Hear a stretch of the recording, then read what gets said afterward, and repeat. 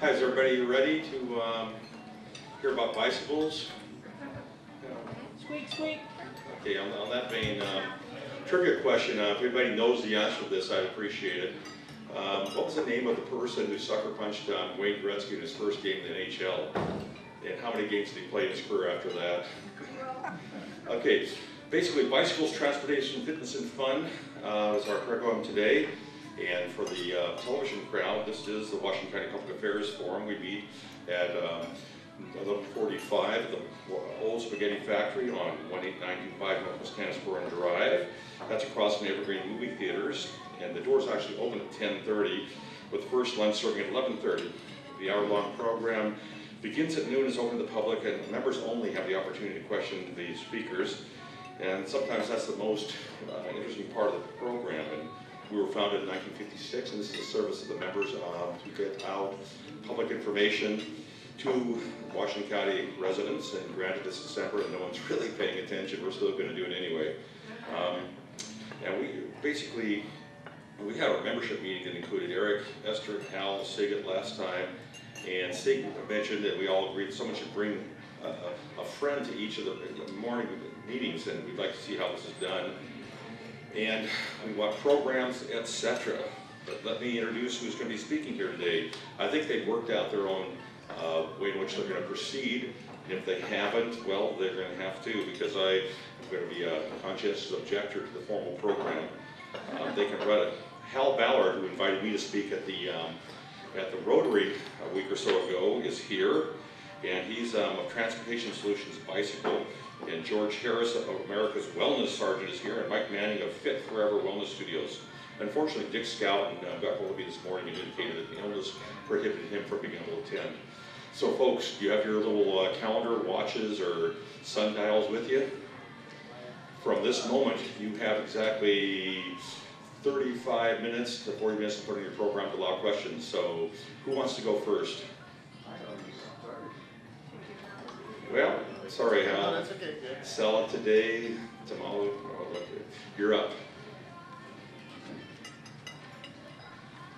Well, thank you very much.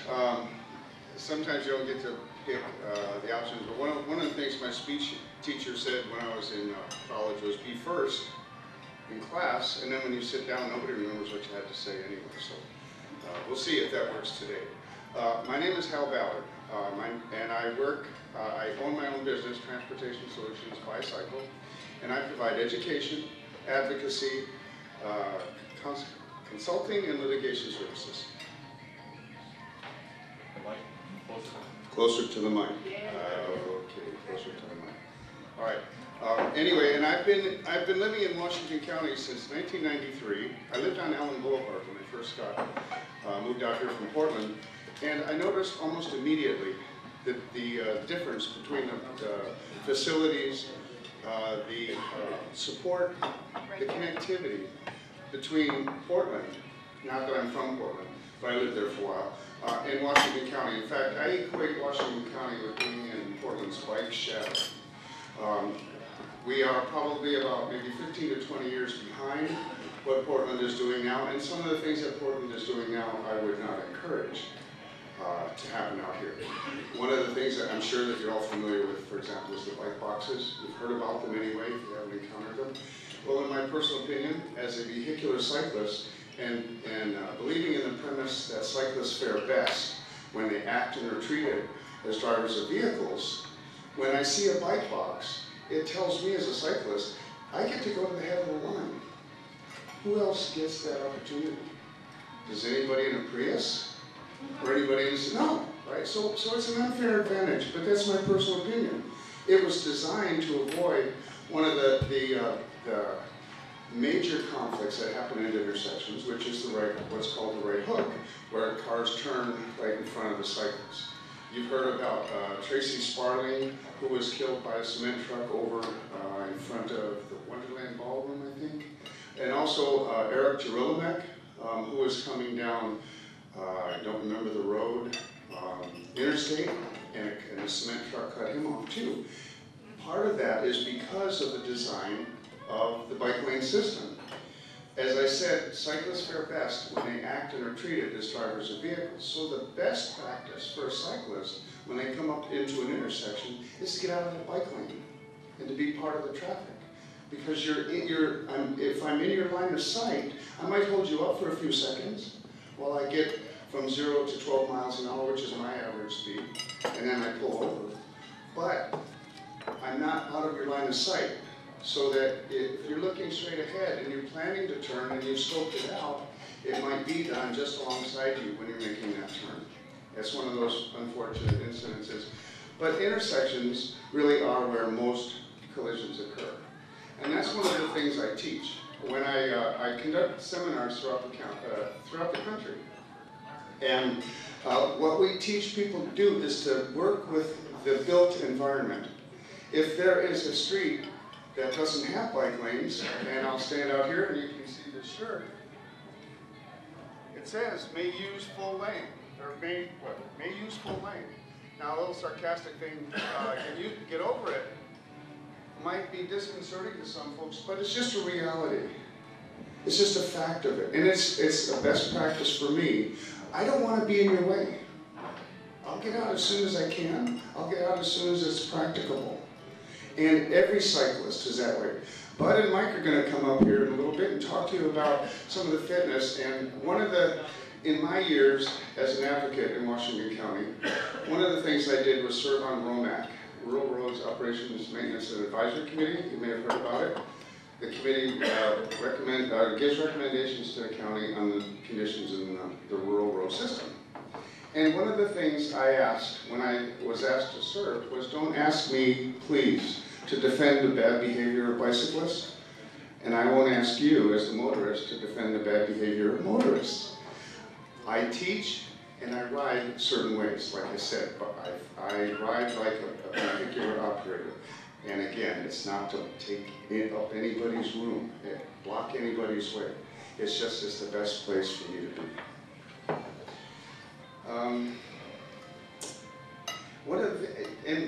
Boy, I don't know where to go from here. I guess what I'm going to do is just give up my time at this point and ask, because I believe there'll be a Q&A session later, and then we have to open up for that at that point. So without further ado. What about bike routes in the county?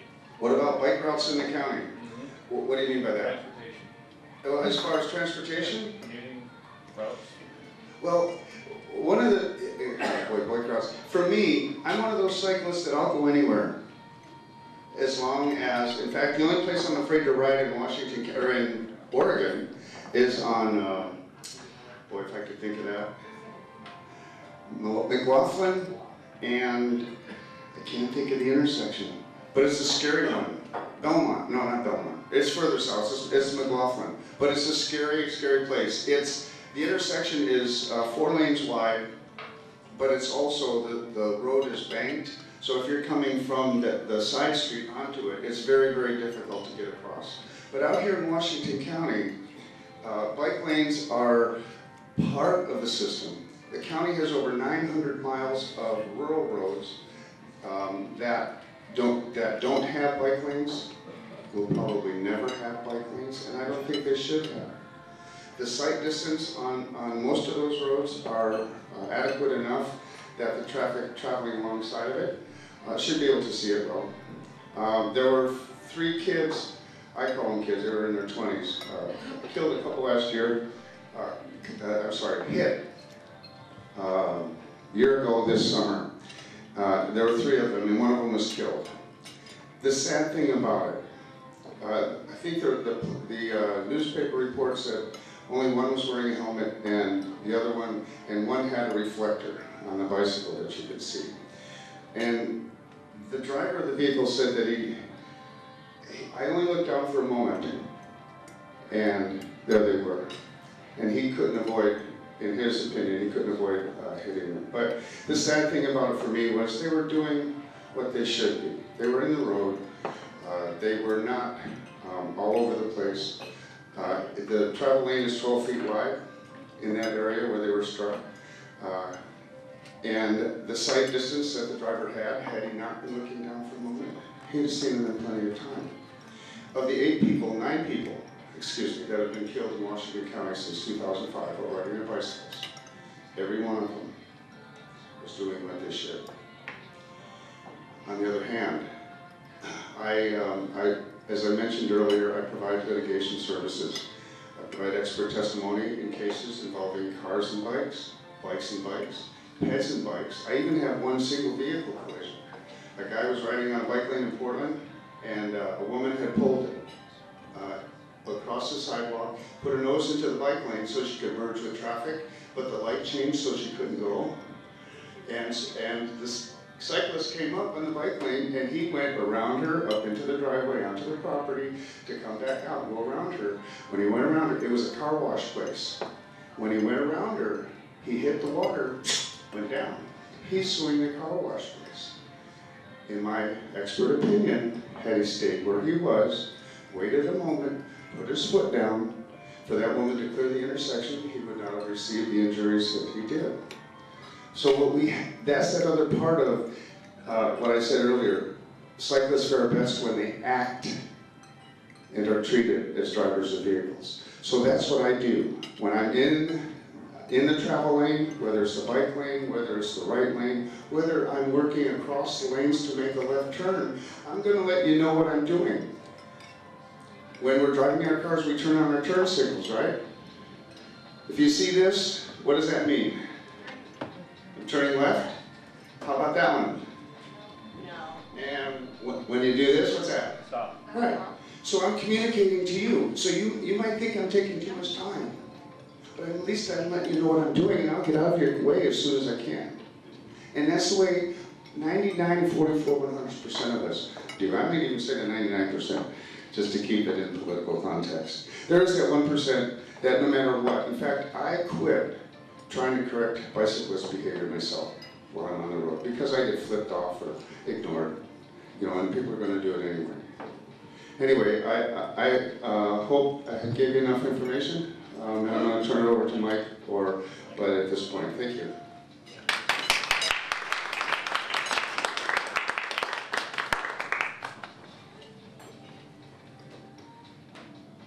All right, I brought my notes so that I can stay on task as best I can, so bear with me. My name is J. Michael Manning, and I am the founder, owner, and director of Fit Forever Wellness Studios. I'm an achievement coach. I'm here to bring people to a point where they can achieve their best, whatever that might be. I want to say a few things here regarding Hal's message. I've been an avid cyclist all of my adult life, and I could very easily jump on the tail end of what he just said and take up all of my time talking about cycling. I've been a cycling coach for 10 years. I was a commuter for many years. I advocate fitness, and one of the best modes of achieving that fitness is simply through riding your bicycle. I think fitness is supposed to be fun, engaging, something that we can do for a lifetime. So that's why I call my business Fit Forever, because I think we all have the capacity to be that, to do that. So I'm going to try to stick to my topic, because I want to talk a little bit more about cycling, where, as I said, for years I rode my bicycle to and from work, and these days almost all of my cycling is done indoors. Well, I'd rather it be outdoors, but sometimes life dictates other things, so I do what I need to do. But I think it is so critical that we, as mature adults, take responsibility for our own actions and for our own health. There's so much discussion these days about the state of health and health insurance in this country, health coverage. The bottom line is the best insurance is the choices you make every single day about how to spend your time, how you set your priorities. So that's what I try to do as a teacher and as an achievement coach, is try to help people to understand how to set those priorities in such a way that it all makes sense. If cycling is what you like to do, there's so many opportunities here. I came here from North Carolina, where people thought I was odd because I rode my bicycle most of the time instead of driving. I'd have people say, "Do you own a car?" Well, yeah, I own 2 cars. I'd just rather ride my bicycle. But so anyway, here in Portland, I've been here 10 years. I married a local girl, so I've got a big family here in Portland now. This is home. We have tremendous opportunities here. As a cyclist, we have the option to either be a pedestrian or a motorist based on the way the laws are established. I prefer to ride in the road and to wear a helmet. I think if we're going to do that, we need to follow certain guidelines. I think it's something that requires respect on everybody's parts, both drivers and cyclists alike. But that's all I'm going to say about the cycling thing, because like I said, I could get off on a long, lengthy discussion regarding my personal views there. So back to fitness. I'll be 58 years old next month, and most days I feel 30. So I think we all have the ability to have that, to have improved balance and flexibility, to have a stronger, more enduring body, to just be brimming with energy. I want to have the ability to walk with pep in my step until my dying days. And hopefully that's going to be a long time from now. So I'm younger than most of you folks, but I'll say this. My father died at the age of 57, and I used to try to help him, and he wouldn't have it because he was my dad. You know, he was going to do things his way. Well, he died at the age of 57, weighing 335 pounds, whereas when he was a young man, he was fit and athletic. He used to jump out of airplanes. He was a drill sergeant for a period of time. And he always said, you know what, I'm just like my dad, and you're going to be just like me. And I said, no, I will never be just like you. Because I think we all have the power to make those simple choices that make a difference. And that is a part of my mission, is to try to educate. My aim is to educate, to enlighten, and to empower. And empowerment is the key thing, because you need to know what it takes to make those simple choices. That's all it is, making simple choices that either take you towards your goal or away from your goal. And some people go, well, it's not that simple, but I really believe so. Because I may have inherited my father's genetics, but my choices made all the difference.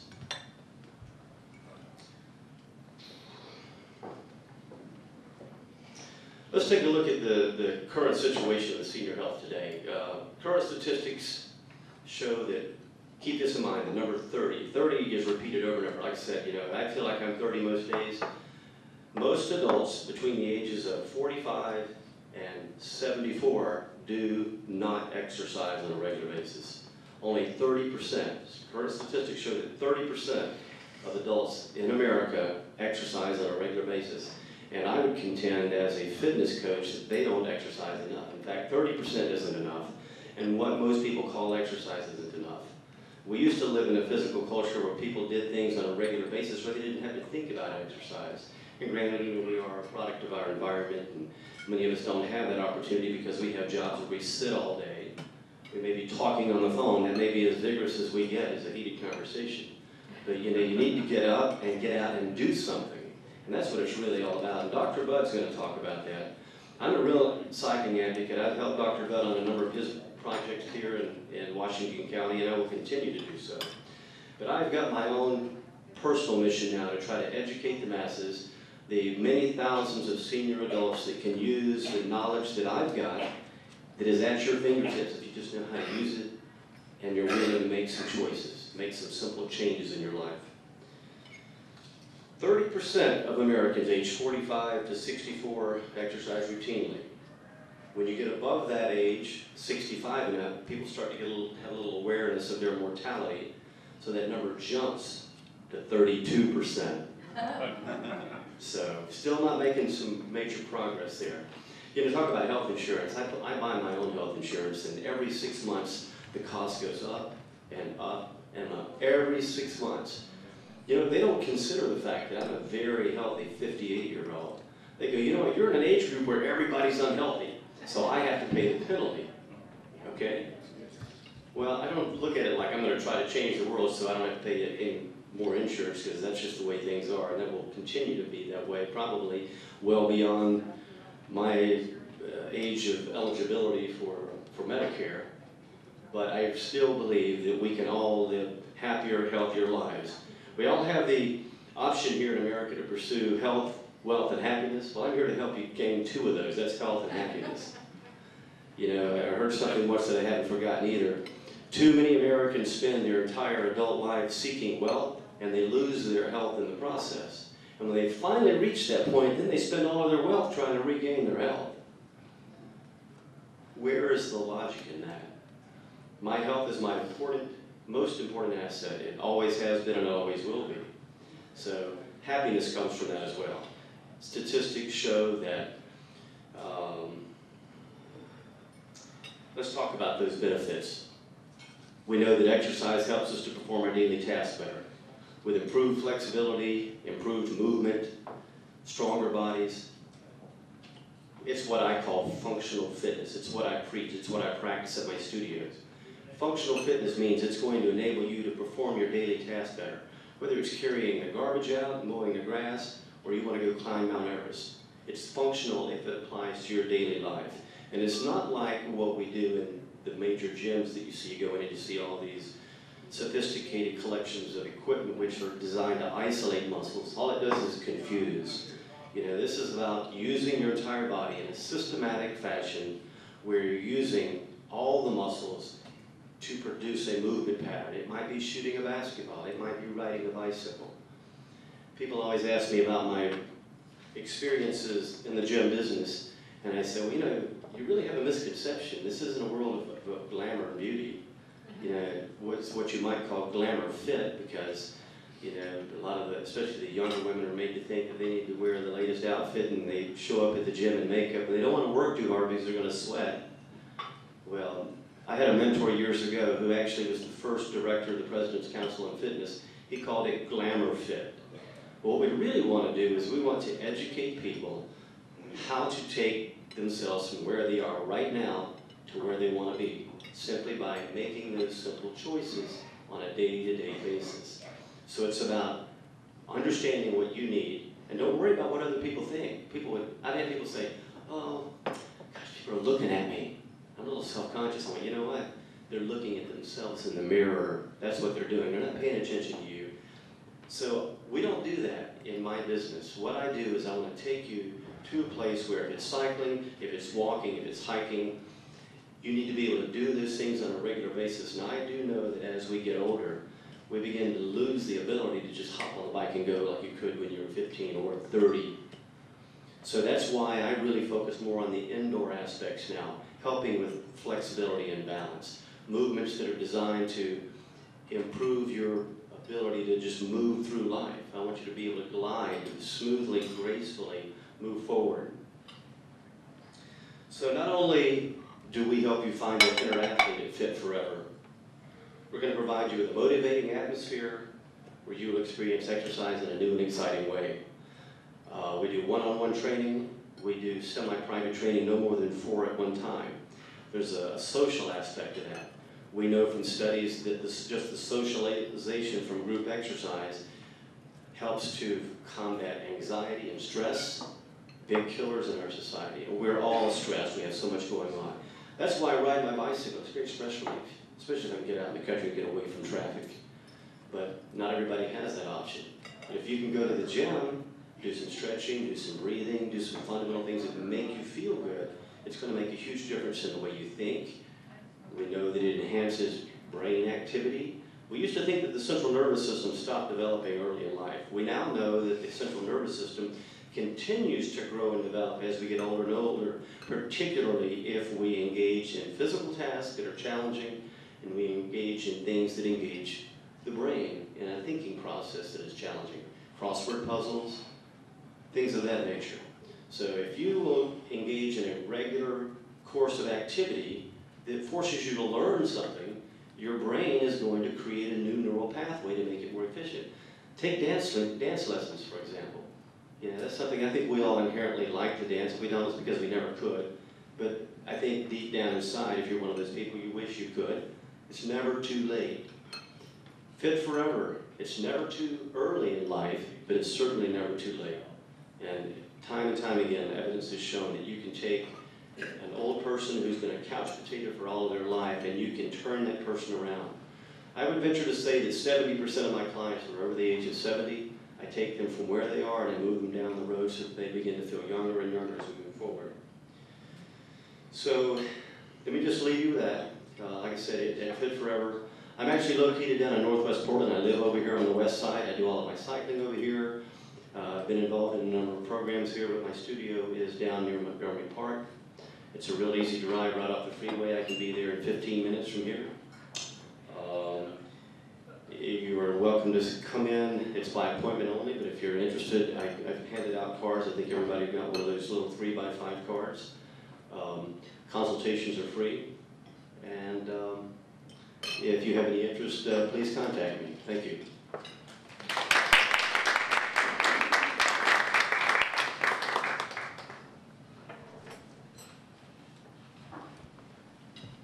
Thank you, Mike.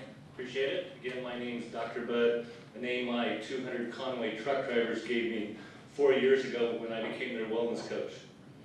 So that's what I do for a living. I was a technician in the U.S. Air Force for 10 years. Lived in Turkey, Sicily, Greece, Crete, Morocco, and Germany. 10 years an Oregon electrician. And then I decided to become a safety manager. Did that for 10 years.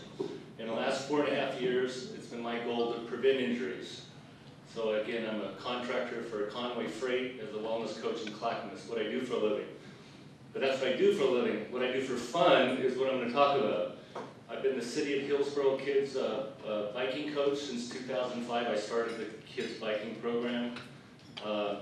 We've got a grant from REI. They bought us 10 really nice disc brake mountain bikes, and we started a program called Ready Riders Rock. We have a program that we're trying to get back going again. It's been in hiatus for 2 years. It's called the Stubbs Stewart State Park Off-Road Tri.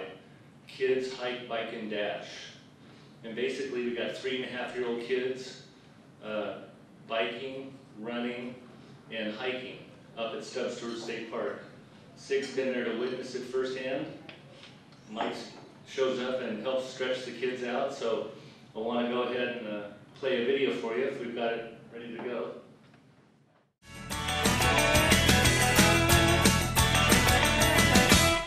So, you know, we have this event coming up to get those types of recreational users out here. What we're trying to get is some bikers out here, some hikers and some runners. And it is a youth tri, so basically it's a triathlon including hike, bike, and dash. And what we're trying to promote is getting young kids out here, get healthy, get out into the woods, and come to a park that's close by. Everybody ready? We're going to touch toes to start with. Come up and touch the other side. Just hold your hands out in front. Come down. There we go. Stand up. We have 2 races. We have the Rangers Tri, which is for the younger kids, you know, 5 to 7, 5 to 8 years old, who are just looking to get out there and run around, have their parents help them out. The Rangers are actually going to do the hike with the kids, be there at the front of the pack, in the middle, and at the end to make sure the kids are okay. You know, 5-year-olds running through the woods by themselves. Nope, they'll have some Rangers with them, so they're going to get a workout as well. And then we kind of have the main event, and we're just kind of starting out small. We're having one main event for a group anywhere from 8, 9 to 17 years old, running about a 2.5-mile trail, going on a long hike to a transition zone right here where they're going to bike to our welcome center and through our campground loop, ditch their bikes and hoof it up the hill to hilltop where they finish up. On this back side here, and we'll have water for you, because you're going to need it, right? Runners on your mark. Get set. Go!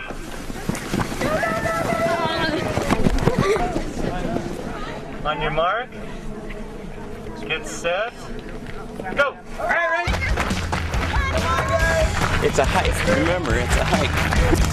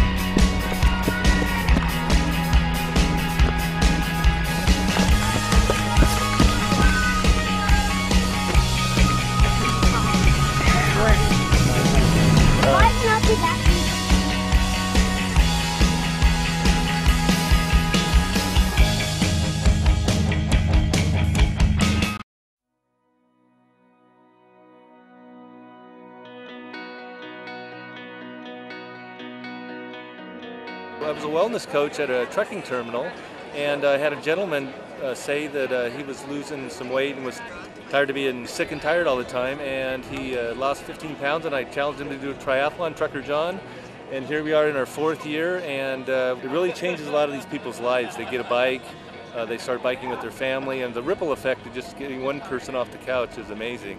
I didn't want to grow old, get fat, and die of a heart attack and be out of shape.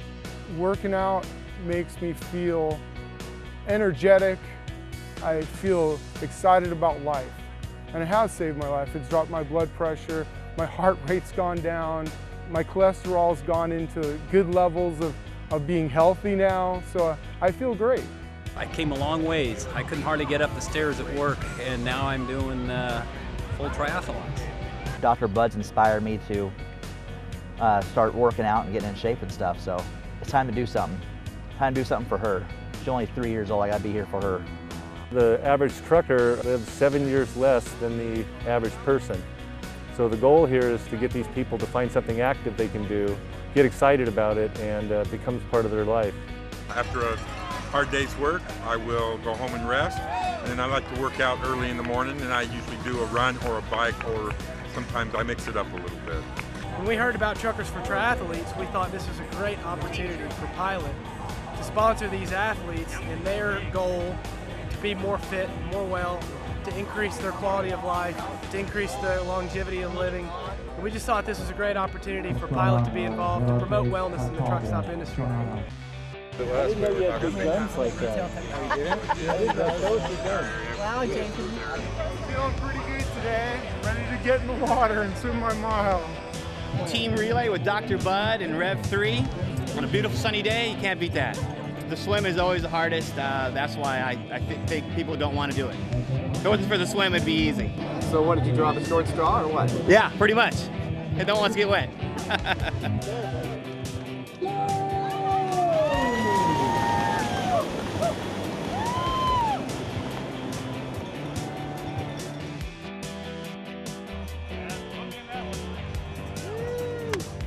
I'm going to do my best. I'm going to give it 100%. That's all I can do. I'm waiting for John Schneewen right now to come in from the swim. I'm waiting for Brett to come in. Hopefully Brett gets here really soon so I can beat Shane. Hey, here comes Brett, I think. Yeah! I'm bringing in late next week. Get out there. What it's all about. You can go back to work tomorrow. Gotta go to work at midnight tonight. God bless you, Al. You're a good man. Brother, go get him, baby. Go on the swim. Go on the swim.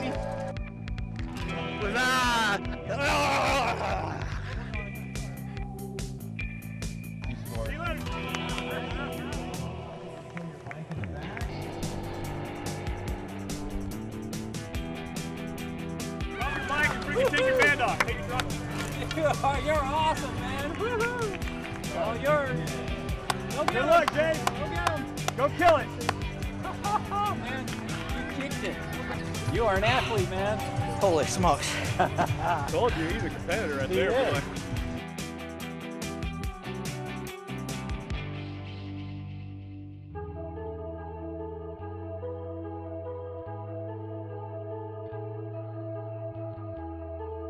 Pilot Flying J right there coming across that finish line. Pilot Flying J athlete, he's flying down the finish chute right there. Team members coming down together, there they go. Nice job, gentlemen.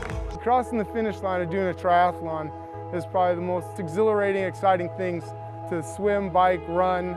You get addicted to feeling good.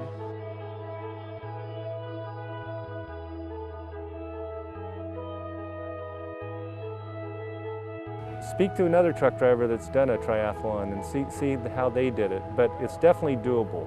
It's got to be a goal, it's got to be something you think about, and it's got to be something you're passionate about. When I first started doing this, I'd go out and ride 2 blocks and be totally out of breath, just dying, and now I've gone for a 42-mile ride, and I felt really good doing it. Completely plan on doing more. I want to get in better shape. I want to be around longer for my family, and it just, watching everybody do it, people I know, it just inspires me to want to do it. These are great events. I mean, if you want to feel what it's like to be just young and free and just athletic again, this is a perfect opportunity for doing that. Fellow truckers, you need to give this a try. You need to get out and get in shape and feel good again. Just do anything!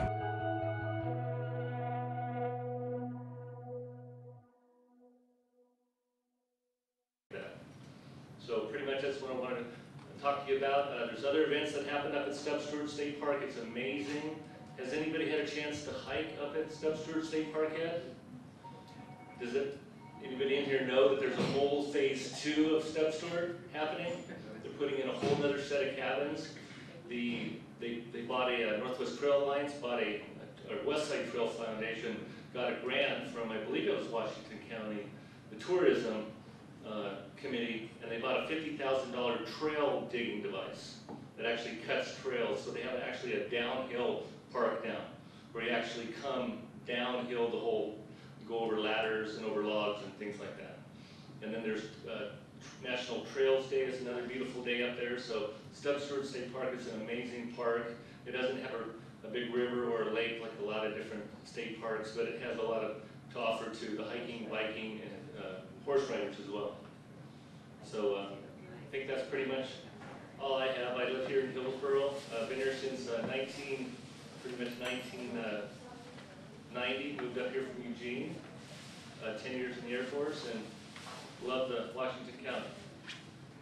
Thank you very much.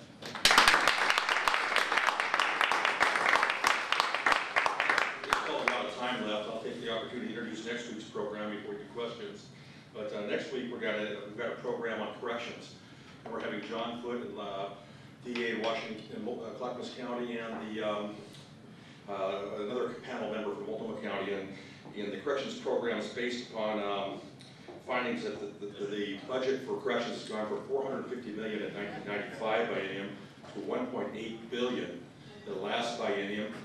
And Max Williams was here last year to tell us about the fact that not only are we spending $1.8 billion, there's actually a bonded indebtedness to build those prisons of $1.6 billion. And the commission is looking at some solutions to that, and the City Club just got the director. So next week is going to be an interesting one because I think we're going to be doing some policy things for individuals in the legislature, the Senate, and the governor. So I think we could use this opportunity to invite members next week. I think we have a pretty good program on. Anyway, Councilor Stanton, do you have a question or an observation? Thank you, Mr. Tyner. Kathy Stanton, board member.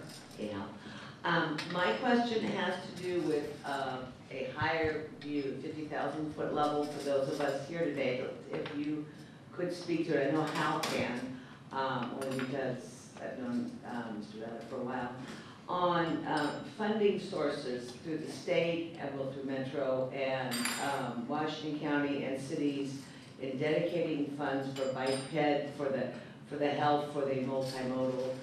Would you want to speak to that? Because that is something this group, I think, would be most interested in hearing about. Well, thank you, Councilor Stanton.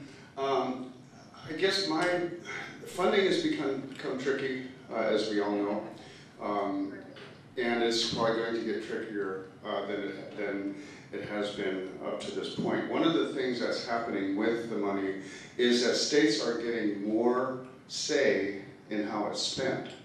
So on a local level, your concerns, your wishes, your desires, is how that money is being spent is very important. I think I also sit on the county's transportation system plan update committee. We're about a year into that. I think we've got another maybe 12, 14 months to go. And one of the things I'm trying to make sure is that the cities are aware of the power that they have, that the more easily accessed funds. Not that there's going to be a lot of money. The competition is going to be keener too. But it's how we phrase it, how we make our ask, and the community support behind it. Yeah, thank you. Does that answer your question? Okay.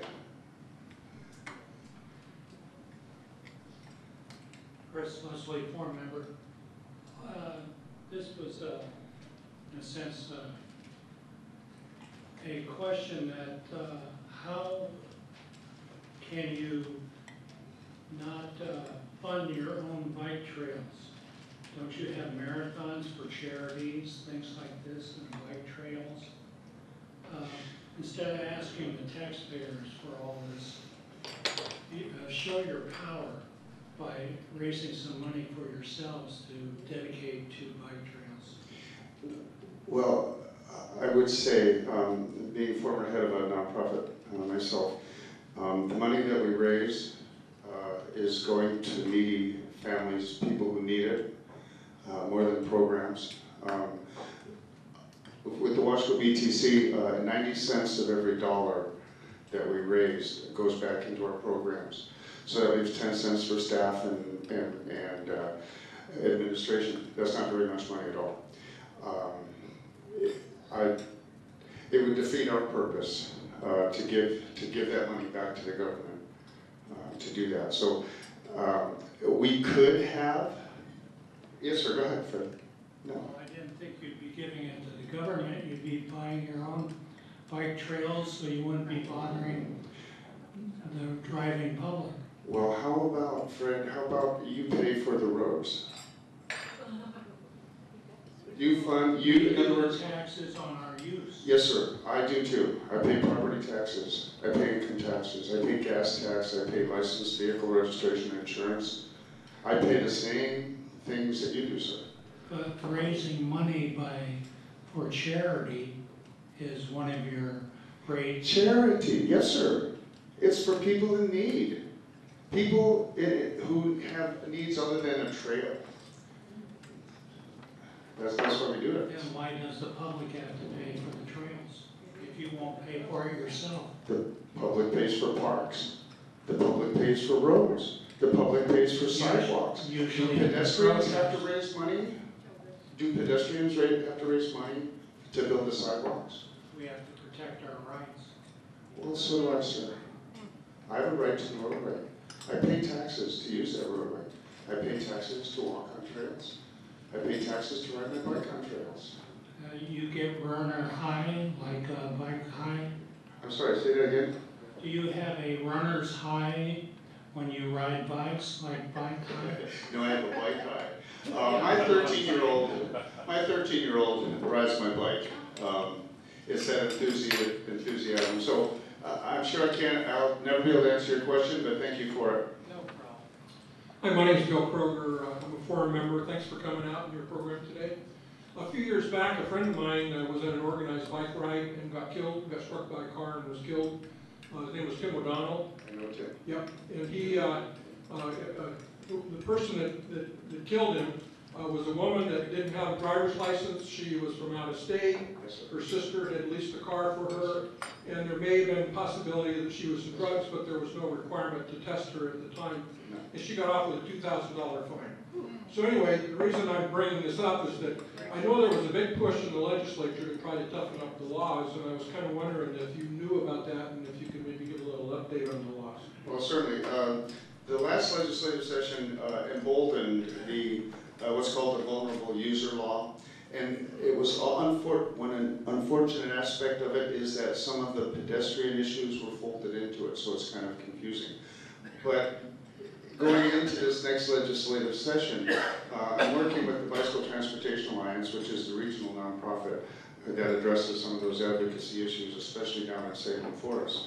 And while there's nothing firm yet, we are meeting with several representatives.